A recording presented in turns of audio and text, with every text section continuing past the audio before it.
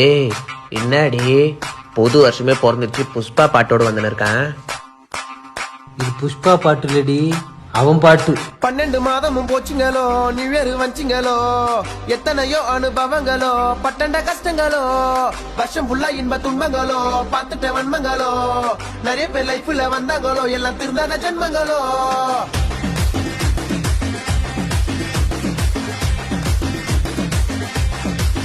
டே மச்சான், 2024 நீ என்ன அனுபவிச்ச?